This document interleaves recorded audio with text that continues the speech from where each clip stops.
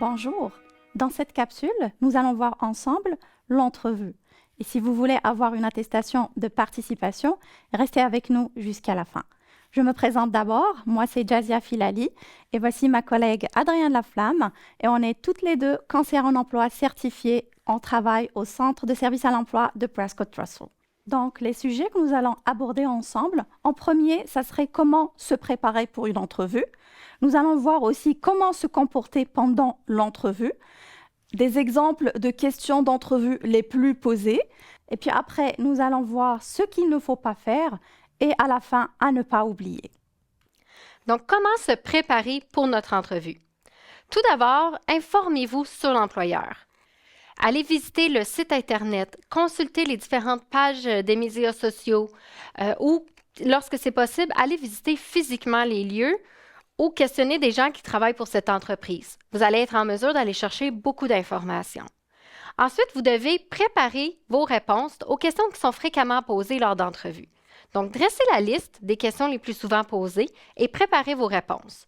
Ceci va vous permettre d'être beaucoup plus fluide au moment de l'entrevue et vous allez moins chercher vos mots ou moins chercher vos réponses. Préparez également une liste de références. Pourquoi? Parce que vous devez demander la permission aux gens que vous avez identifiés comme étant une référence potentielle avant de pouvoir les utiliser. Vous devez également recueillir leurs coordonnées pour pouvoir les transmettre à votre employeur potentiel, votre futur employeur potentiel. Il y a également la façon de se présenter que vous devez préparer. Soignez votre apparence, arrivez quelques minutes à l'avance. Donc, vous devez faire cette préparation-là avant l'entrevue. Pour terminer, c'est tout à fait normal d'avoir un sentiment de stress ou de nervosité envers une entrevue.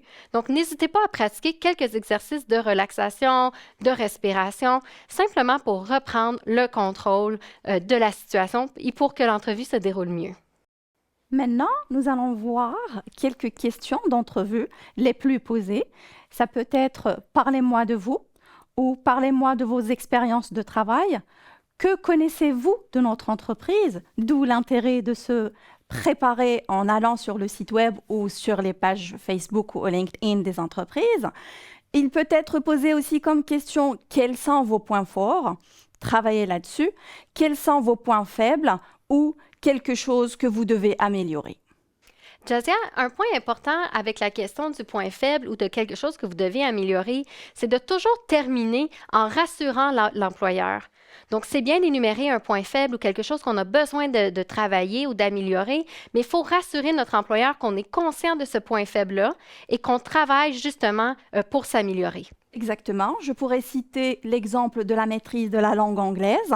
Donc, vous pouvez dire à l'employeur que vous êtes en train de suivre des cours, même si votre niveau d'anglais n'est pas aussi parfait que ça, mais vous faites des efforts et vous êtes en train d'apprendre.